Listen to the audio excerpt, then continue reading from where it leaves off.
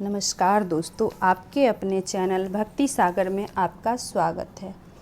दोस्तों, भगवान विष्णु ने बताया माता लक्ष्मी को कि अच्छे लोगों की मृत्यु जल्दी क्यों हो जाती है और सच्चे और अच्छे लोगों के साथ ही बुरा क्यों होता है और बुरे लोगों के साथ बुरा क्यों नहीं होता है। तो दोस्तों, अच्छे लोग सुखी जीवन क्यों नहीं जी पाते हैं और बुरे लोगों को सुखी जीवन क्यों मिलता है।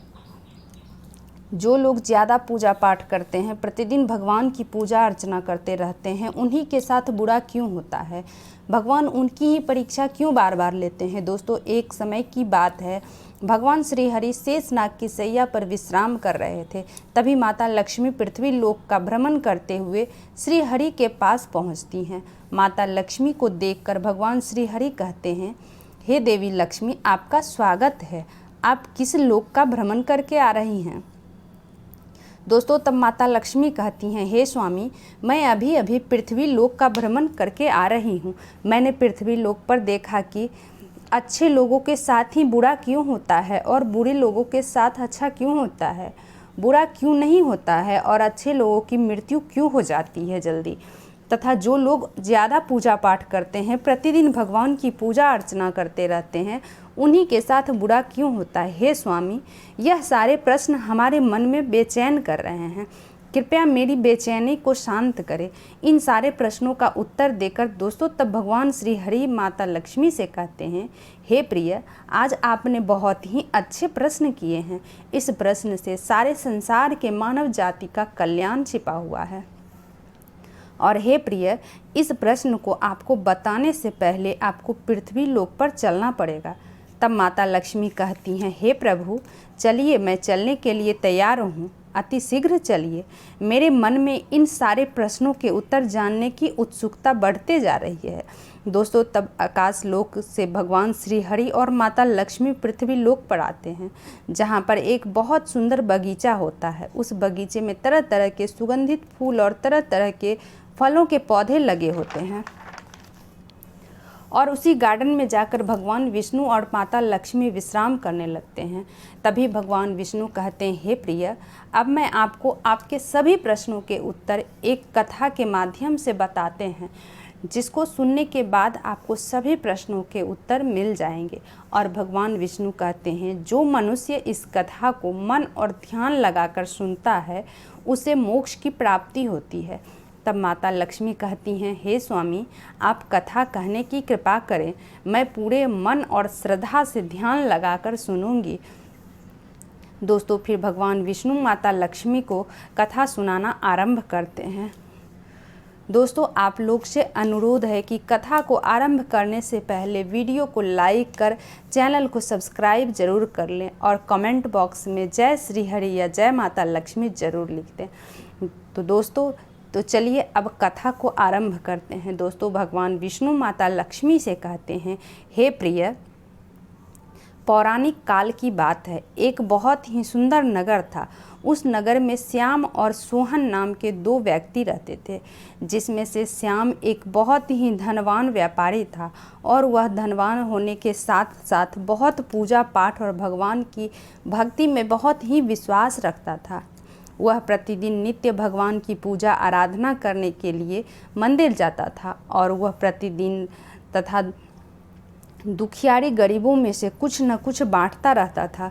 दोस्तों, भगवान श्री हरि विष्णु माता लक्ष्मी से कहते हैं, हे प्रीतम, वहीं दूसरी ओर सोहन एक चोर था। वह भी प्रतिदिन मंदिर जाता था, लेकिन वह मंदिर जब भी बात करने के लिए इरादे से नहीं जाता था, बल्कि मंदिर में धन चुराने के लिए जाता था। भगवान विष्णु आगे कहते हैं, उसे पूजा पाठ दान धर्म से कोई लेना देना नहीं था। वह सिर्फ मंदिर में चोरी करने के लिए जाता था। फिर भगवान विष्णु कहते हैं, इसी तरह से कई वर्ष गुजर गए। एक दिन उसे नगर में मूसलाधार बारिश हो रही थी, जिस वजह से उसे दिन नगर के मंदिर में पंडित जी ने के अलावा कोई नहीं था। यह बात जब सोहन को पता चली तो उसके मन में ख्याल आया कि यही सही मौका है मंदिर के सारे धन को चुराने के। भगवान विष्णु कहते हैं कि वह उसी तेज बारिश में ही मंदिर के पहुंचकर पंडित जी से छुपाकर मंदिर का सारा सोना चांदी ले लिया और वह बड़ी ही प्रसन्नता से मंदिर से निकला। तभी उसी समय अचानक ही मंदिर में वह दान धर्म वाले विश्वास रखने वाला श्याम नाम का व्यापारी वहां पहुंच जाता है और उसने मंदिर में पहुंचकर भगवान के दर्शन किए। भगवान विष्णु आगे कहते हैं, हे प्रीतम, लेकिन दुर्भाग्यवश उस मंदिर के पुजारी ने व्यापारी को ही चोर समझ लिया और जोर जोर से शोर मचाने लगा। पुजारी के जोर जोर से शोर मचाने की वजह से मंदिर के पास के लोगों की भीड़ इकट्ठा हो गई और सभी पुजारी की बातों में आकर श्याम नाम के व्यापारी को चोर समझने लगे और उसे अपशब्द कहने लगे। दोस्तों, फिर भगवान विष्णु कहते हैं, यह देखकर श्याम बहुत ही आश्चर्यचकित हो गया और उसे समझ नहीं आ रहा था कि उसने ऐसा क्या कर दिया है कि और उसके साथ ऐसा क्या हो रहा है। भगवान विष्णु माता लक्ष्मी से कहते हैं, फिर वह किसी तरह लोगों से अपनी जान बचाते हुए उस मंदिर के पास से निकला, लेकिन दुर्भाग्यवश जैसे ही वह मंदिर से निकला उसकी टक्कर एक गाड़ी से हो गई और वह बुरी तरह से घायल हो गया। दोस्तों, तब भगवान विष्णु माता लक्ष्मी से कहते हैं, फिर श्याम किसी तरह से लड़खड़ाते हुए अपने घर की तरफ जाने लगा। तभी अचानक ही रास्ते में अचानक से उसकी मुलाकात सोहन से हुई, जिसने मंदिर का सारा धन चुराया था। उसके हाथों में मंदिर के गहने और जेवरात थे। दोस्तों, सोहन बड़ी ही प्रसन्नता से जोर जोर से बोल रहा था, आज तो मैं माला माल हो गया, मुझे एक साथ इतना सारा धन मिल गया। भगवान श्री हरि कहते हैं, जब श्याम ने सोहन की बातों को सुनी तो वह बहुत ही हैरान रह गया और क्रोधित भी हो गया। श्याम ने अपने घर जाते ही भगवान की पूजा पाठ की सारी सामग्री तथा भगवान की मूर्तियां निकाल कर फेंक दिया और फिर ईश्वर से नाराज होकर बिना कोई पूजा पाठ किए बिना ही अपना जीवन व्यतीत करने लगा। भगवान विष्णु माता लक्ष्मी से कहते हैं, हे प्रिय, वर्षों ऐसे ही व्यतीत होने के बाद एक दिन सोहन किसी मंदिर में फिर से चोरी करने के लिए गया, लेकिन इस बार दुर्भाग्यवश उसके भाग ने उसका साथ नहीं दिया। उस मंदिर के पुजारी ने पकड़ लिया और ज़ोर ज़ोर से चिल्लाने लगा और बोलने लगा, अरे कोई मंदिर से चोरी करके जा रहा है, जो भी सुन रहा हो यहाँ जल्दी आ जाओ। दोस्तों, वहाँ पर गांव के काफ़ी लोग आ जाते हैं और सोहन को बहुत मारते हैं, जिसकी वजह से उसे अंदरूनी चोट लग जाती है। तभी वह रास्ते से जा रहा होता है और सामने एक कार आ जाती है, जिसके टक्कर होने से उसकी मौत हो जाती है, वहीं पर हो जाती है। दोस्तों, तब जब दोनों यमराज की सभा में पहुंचते हैं, तब श्याम ने अपने सामने सोहन को खड़ा देखा तो श्याम ने बड़े ही क्रोधित स्वर में यमराज से कहा कि मैंने तो अपने जीवन में हमेशा ही ईश्वर की पूजा अर्चना, दान धर्म और अच्छे कार्य ही किया है, लेकिन मुझे सिर्फ दुख और अपमान के अलावा कुछ नहीं मिला। मुझे कभी भी जीवन का सुख नहीं मिला, लेकिन इससे ना तो कभी भी ईश्वर की पूजा आराधना की है और ना ही कभी किसी ज़रूरतमंद की सहायता की है। फिर भी इसके साथ हमेशा ही अच्छा क्यों होता है और इसे हमेशा सुख ही सुख मिलता है। श्याम के ऐसा कहने पर यमराज ने श्याम को बताया कि पुत्र, तुम बहुत ही गलत सोच रहे हो। जिस दिन तुम्हारी टक्कर एक गाड़ी से हो गई थी, वास्तव में उस दिन तुम्हारे जीवन का आखिरी दिन था, लेकिन तुम्हारे किए गए अच्छे कर्मों के कारण ही तुम्हारी मृत्यु एक छोटी सी चोट में परिवर्तित हो गई। और अब मैं तुमको इस दुष्ट व्यक्ति सोहन के बारे में बताता हूँ। यमराज कहते हैं, पुत्र, दरअसल इसके भाग्य में राजयोग था, लेकिन इसके दुष्कर्म और बुरे कर्म करने की वजह से इसका पूरा धन एक छोटी सी पोटली में बदल गया।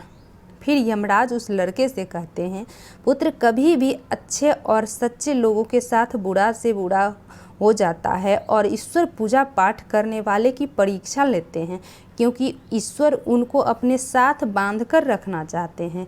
इसलिए ही अच्छे व्यक्ति हमेशा दुखी रहते हैं। दोस्तों, भगवान विष्णु माता लक्ष्मी से कहते हैं, हे प्रिय, इस कथा को सुनने के बाद आपको आपके प्रश्नों का उत्तर अवश्य ही मिल गया होगा। फिर माता लक्ष्मी प्रसन्न होकर कहती हैं, हे प्रभु, अब मुझे सब समझ में आ गया है। आगे भगवान विष्णु कहते हैं कि लोगों को ऐसा सोचना बिल्कुल गलत है कि ईश्वर आपके अच्छे कर्मों को नहीं देख रहे हैं। यह कोई भी मनुष्य समझ नहीं पाता है, लेकिन अगर कोई भी मनुष्य अच्छे कर्म करता है, लोगों की मदद करते हैं, तो उसके ऊपर सदैव हमारी कृपा बनी रहती है। तो दोस्तों, इस कथा में हमें यह सीख मिलती है कि लोगों को कभी भी अपने कर्मों को बदलना नहीं चाहिए, क्योंकि आपको आपके कर्मों के हिसाब से ही कर्मों का फल इसी जीवन में मिलता है, लेकिन आपको इसका पता नहीं चल पाता है। इसलिए दोस्तों, हर मनुष्य को हमेशा अपने जीवन में अच्छे कर्म करते रहना चाहिए और फल की चिंता ईश्वर पर छोड़ देना चाहिए। दोस्तों, उम्मीद है कि यह कथा आपको अच्छी लगी होगी। अगर आप लोगों को अच्छी लगी तो कमेंट बॉक्स में जय श्री हरि, जय विष्णु भगवान ज़रूर लिखिएगा। मेरे चैनल पर नए हो तो सब्सक्राइब ज़रूर कर लीजिएगा, चैनल बेल बटन प्रेस करना ना भूलिएगा, ताकि मेरे ऐसे ही ज्ञानवर्धक वीडियो आप तक सबसे पहले पहुंच सके। जय श्री हरि।